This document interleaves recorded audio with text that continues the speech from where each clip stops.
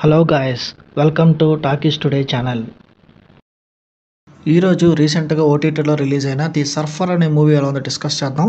So వీడియోలోకి వెళ్ళే ముందు మీరు మన ఛానల్ని ఫస్ట్ టైం చూస్తున్నట్టయితే ఒక లైక్ చేయండి, ఒక కామెంట్ చేయండి, అలాగే మన ఛానల్ని సబ్స్క్రైబ్ చేసుకోండి. చాలామంది మన ఛానల్ని సబ్స్క్రైబ్ చేసుకోకుండానే వీడియోస్ చూస్తున్నారు గైస్. మీరు సబ్స్క్రైబ్ చేసుకుని చూడడం వల్ల ఛానల్కి ఎంత ఎంకరేజ్మెంట్గా ఉంటుంది. సో సబ్స్క్రైబ్ చేసుకుని వీడియోస్ చూడండి. ఇంకా లేట్ చేయకుండా వీడియోలోకి వెళ్ళిపోదాం. Let's get started.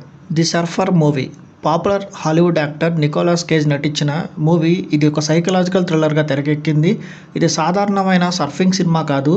ఇందులో మానసిక ఘర్షణల చుట్టూ తిరిగే ఒక మంచి డ్రామా మూవీ. ఈ సినిమా ఎలా ఉందో ఇప్పుడు చూద్దాం. ఈ సినిమా కథ మొత్తం ఒక తండ్రి అట్లాగే తన కొడుకు చుట్టూ తిరుగుతూ ఉంటుంది.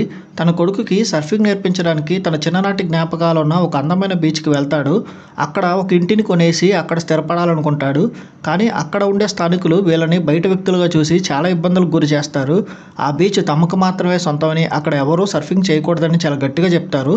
దీనివల్ల ఆ తండ్రి అనేక అవమానాలకు గురవుతాడు. అతని జీవితం అట్లాగే అతని జీవితంలో ఉన్న కుటుంబ సమస్యలు ఇవన్నీ తోడవడంతో అతను చాలా మానసికంగా కుంగిపోతాడు. ఈ పరిస్థితిలో అతను తన గౌరవాన్ని, గుర్తింపుని ఎలా తిరిగి పొందుతాడు, ఈ అవమానాలన్నీ అతను ఎలా ఎదుర్కొంటాడు, ఈ విషయాలన్నీ తెలియాలంటే మీరు ఈ సినిమా చూడాలి. ఈ సినిమా పాజిటివ్ పాయింట్స్ అంటే ఇప్పుడు చూద్దాం. ఈ సినిమా స్క్రీన్ ప్లే చాలా స్పీడ్గా వెళ్తూ ఉంటుంది, ఎక్కడా బోర్ కొట్టకుండా. తర్వాత ఏం జరుగుతుందో అనే ఇంట్రెస్ట్ని అయితే క్రియేట్ చేసింది. ఇంకా విజువల్స్ పరంగా ఈ సినిమాటోగ్రఫీ చాలా బాగుంది. బీచ్ కానీ సముద్ర విజువల్స్ కానీ చాలా అందంగా చూపించారు. ఇక బ్యాక్గ్రౌండ్ స్కోర్ అయితే థ్రిల్లింగ్ సీన్స్ని, ఎమోషనల్ సీన్స్ని బాగా ఎలివేట్ చేసింది. నటీనటుల పర్ఫార్మెన్స్ విషయానికి వస్తే నికోలస్ కేజ్ ఈ సినిమాకి ప్రధాన హైలైట్ అని చెప్పొచ్చు. తన యాక్టింగ్ ఒక పక్క నవ్వు తెప్పించే కామెడీతో కానీ, మరో పక్క మానసిక వేదన కూడిన ఎమోషనల్ సీన్స్లో చాలా అద్భుతంగా నటించాడు. చాలా కాలం తర్వాత అతనిలో ఒక కొత్త యాంగిల్ ఈ సినిమాలో కనిపిస్తుంది. అతని ముఖంలోనే చాలా యాక్టింగ్ అనేది కనిపిస్తూ ఉంటుంది ఈ సినిమాలో. అది చాలా హైలైట్ అవుతుందని చెప్పొచ్చు. మిగతా నటీనటులు కూడా స్థానిక విలన్ పాత్రలు కూడా చాలా బాగా నటించారు.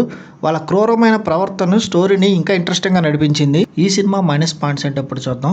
ఈ సినిమా స్టోరీ లైన్ చాలా సింపుల్గా, అసలు డెప్త్ లేకుండా ఉంది. అంతేకాకుండా సినిమా మొత్తం హీరో పడే బాధలు, అవమానాలే ఎక్కువ చూపించారు. యాక్షన్ అండ్ థ్రిల్ కోసం వచ్చిన వాళ్ళకి ఈ సినిమా నిరాశపరుస్తుంది. సినిమాలో ప్రధాన ట్విస్ట్ కానీ, క్లైమాక్స్ కానీ చాలా ప్రిడిక్టబుల్గా అనిపించాయి. థ్రిల్లర్ సినిమాలో ఊహించని మలుపులు ఎక్స్పెక్ట్ చేసేవాళ్ళు ఖచ్చితంగా నిరాశపడతారు. అంతేకాకుండా ఈ సినిమా ఒక థ్రిల్లర్లా కంటే మానసిక డ్రామా, సైకలాజికల్ డ్రామాగా ఎక్కువ తెరకెక్కించారు. హీరో పడే మానసిక సంఘర్షణలను ఎక్కువగా చూపించారు. కొంతమందికి డల్ మూమెంట్స్ కనిపించవచ్చు. ఓవరాల్గా ది సర్ఫర్ మూవీ ఒక డీసెంట్ సైకలాజికల్ డ్రామా అని చెప్పచ్చు. నికోలస్ కేజ్ అభిమానులకు కానీ, ఆయన నటన ఎక్కువగా ఇష్టపడే వాళ్ళకి, డ్రామాని ఎక్కువగా ఇష్టపడే వాళ్ళకి ఈ సినిమా ఒక డీసెంట్ వాచ్ కనిపిస్తుంది. అంతేకాకుండా ఒక యాక్షన్ థ్రిల్లర్ కోసం చూస్తే మటుకు నిరాశపరుస్తుంది.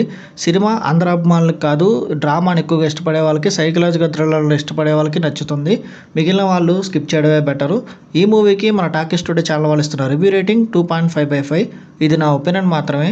ఈ మూవీని మీరు ఆల్రెడీ చూసినట్టయితే ఈ మూవీ మీకు ఎలా అనిపించింది అనేది కింద కామెంట్ సెక్షన్లో మెన్షన్ చేయండి. ఇంకెవరైనా మన ఛానల్ని సబ్స్క్రైబ్ చేసుకోకపోతే ఇప్పుడే సబ్స్క్రైబ్ చేసుకోండి. వీలైతే పక్కన ఉన్న బెల్ బటన్ కూడా ప్రెస్ చేసి పెట్టుకోండి. ఇది వాళ్ళ వీడియో గైస్. మళ్ళీ ఇంకొక మంచి వీడియోతో మీ ముందుకు వస్తాను. Thanks for watching. జై హింద్.